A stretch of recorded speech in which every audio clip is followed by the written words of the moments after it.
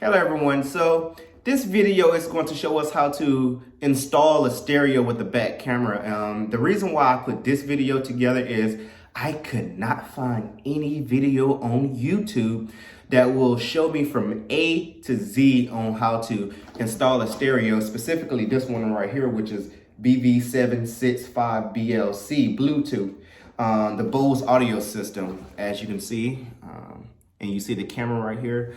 But what I'm going to show you, this is my very first time installing this right here. So you're going to have to bear with me as I try to figure everything out. However, I did make sure that I cut up some of the video to get straight to the point. So if you see some minor things in the video and you're wondering, okay, why did he do this and why did he do that? I will explain it in the video, and I will make sure that I cut out all of the unnecessary things that you need when trying to set up this this stereo.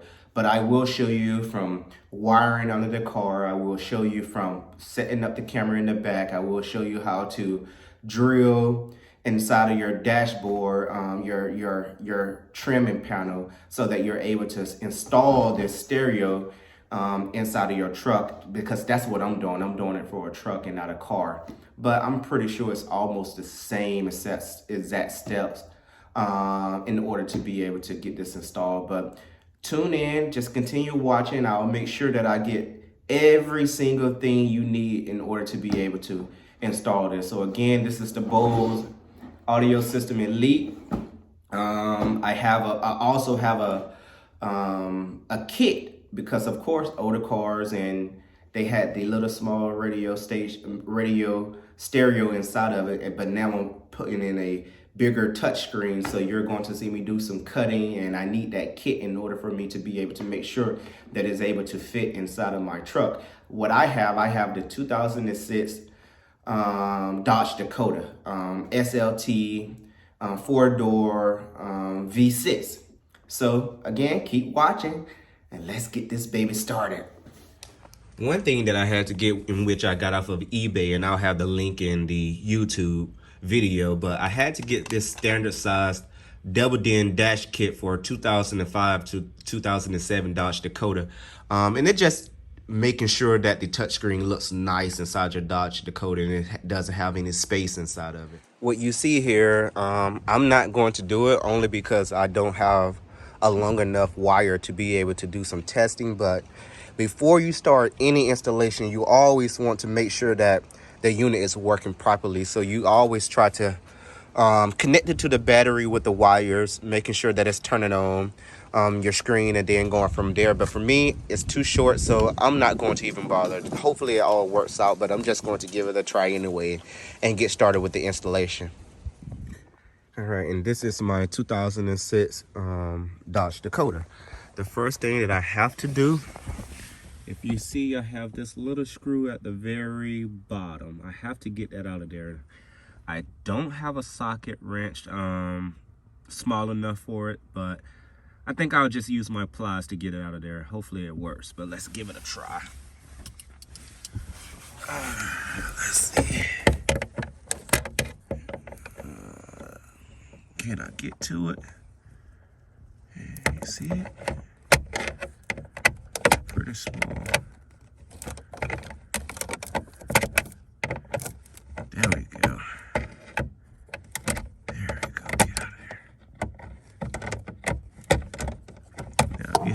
If you have something better, please do use it, but this is all I have, so I'm just going to start here first. All right, got the first one out. I'll leave it here. All right, I got the two screws out. Now let's go to the next step. The next step is I have to try to pop this out. It shouldn't be hard now that I have the screws out, but let's see what we can do. All right, now I have to pull this thing out. Let's see. It shouldn't be hard, but I have to be careful. There we go. Coming off. It's getting there. There we go. All right, it's going to be hard to show you, but I have to get these connectors out the way. The one at the very top for the airbag, as well as the two at the bottom for the AC unit, the air conditioner. So I have to disconnect those connectors by just pulling them apart and then having more room to be able to work with the CD player. But look at that. I have them all disconnected now. All my pieces that I have, I just have to make sure I remember where it goes. And now what I have to do is remove the black screws. Do not touch the gold copper screws. Only the black screws to remove this CD player or stereo player, whatever you like to call it. But this is what I need to do next. So I'm going to remove these here. There we go. Get that one out the way. Put it on the couch and start at the top. There we go. It's pretty simple to do for me, so I have that out the way, and I should be able to move it now. And there goes the back, some things that I have to disconnect. Here. All right, let's disconnect and get this baby out of here. All right, I have these connected. All I had to do was just pull this black piece out of it, and this power connection to the stereo. I have that out. That I did change the drawer bring that I had in here only because it didn't work, but I decided to change it, switch it out to a Bose audio system, BV765B. But I have it in here, and I do want to let you know that, but by default, this doesn't work in this 2006 Dodge Dakota by default.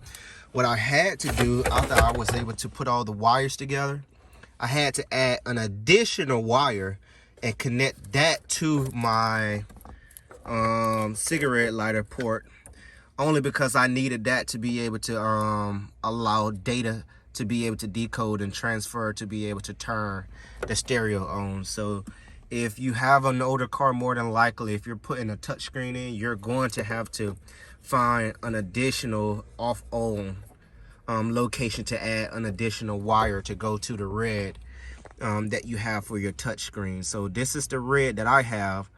This red is not going to the red of the harness.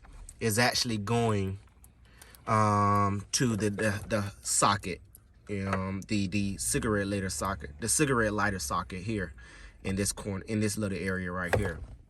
But other than that, everything was able to connect. I was able to wire a few things together, in which I had the two blacks, of course, and then I added the additional one, which is the parking brake input. So I added and tied all these together. And once I was able to do that, if I turn on the car, yep, as you can see, it does work. All right, so now that I know it's working, all I have to do is put all the pieces together. I have to go ahead and add my additional dash kit to it. So you're going to see me do some cutting, some more wiring for the rear camera, and a couple of other things. Next, I have to unscrew this climate control panel here, take this out the way. So as you can see, I'm taking this apart because I need it in order to be able to get to the back of it. Once I have this thing out, everything disconnected from it, I have to mark the line because guess what? I have to cut the holes. I have to go ahead and drill it with a 1/4 inch drill. Put it inside like this.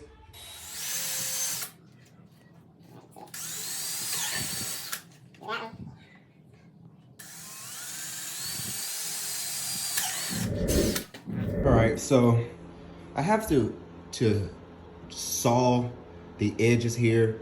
So what I did, I went and got this right here, which is a Dremel. I don't need a very expensive Dremel, just a little small one with a bit that I can be able to kind of drill on the side. So let's see if it works or not.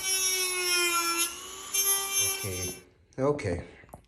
I now finally have the hole big enough for me to be able to put my touchscreen in. Fits perfect. There we go. You see how perfect it fits. So I was able to get the bracket on the panel, of course. In the back, this is what it looks like. I was able to get both sides in, the clamps. As you can see, I had to cut some more so that it can be able to go all the way through the hole. So make sure you're able to do that.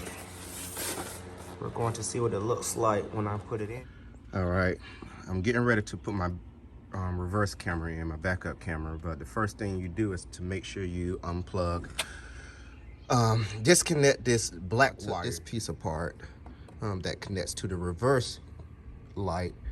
I'm going to have to connect these two to the power that I have for my camera. So what I did, I went ahead and connect this wire with the red and black. As you can see in here, I went ahead and connect this to here, which goes to the camera. And then I'm going to run it across to this light and tie it up, and I'll let you see what it looks like once I'm done. All right, here it is right here. I'm moving my wire that I have connected here. Take it out of the way up here with the other ones and just follow that path. And then I'll come back and connect the other wire, of course. But I need to get this one in here first. There we go. It's up. All right, I have my wire. Now I gotta get this baby so it connected to the right thing. All right, let's see how it goes. All right, so I did connect it. I'm leaving it just like this for now, only because I want to make sure that I did the right one. So I'm going to leave it like this and test and then see if it works or not. But other than that, I have the camera and I need to do the next one, which is this yellow wire to go all the way up to the front. All right, this wire had another red piece that went with it, but I don't need it. So I'm going to do the same thing on both sides, just cut the red part off and just leave it as is and then take it all the way up to the top. All right, the next thing I have to do is connect the yellow wire. So as you can see, I'm just following. At the top here, I'm just going to follow it all the way to the front. That's all I'm going to do, nothing else. And as I move, I'm just going to add a zip tie to the other wire just to make sure that it's connected together all the way up through. Well, I was able to get the wire. I got the wire right here behind it, going all the way. As you can see, I did another zip tie here, but I got it going all the way to the front. Kind of off my trimming, and I had it go through here, and then I just pretty much played around with everything up here, trying to put it in the back so it's not this, you know, exposed area here. So I'm going to move this and put it up here and make all of my connections, and I think I should be good to go, but let's see how it works. Next, this middle piece here has to go. That's what it's telling me. It's telling me to use this Dremel and cut this out of here. Well, it's not the prettiest, but I cleared it out. I'm hooking everything back up here. Just put the harness back, and this wire I would assume will be going into where it say R cam. I have to put my AC unit back in its spot. Let's see. Tighten it up. All right. And now I have to connect the rest of it back together. All right, everyone. I have it all connected, so I'm about to give it a try and see if it works. Uh-oh. Looks like it's turning on. It's turning on. Oh, look. It's working. It's working.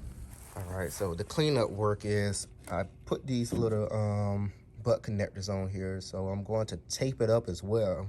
But I went ahead to make sure that I was able to put those on, and then I'm going to end with covering up the wires under the camera as well. And I think we're good to go, but as you can see, I had the wires all under the car and went through the panels on the side and behind here, and everything's connected, and now it's good to go. All right, so if you love what I've done or anything that you think I need to change to make it better, please feel free to reply in the comments and make some suggestions or some recommendations. And also make sure you subscribe with more videos to come about many other things that I enjoy doing at home with the do-it-yourself process.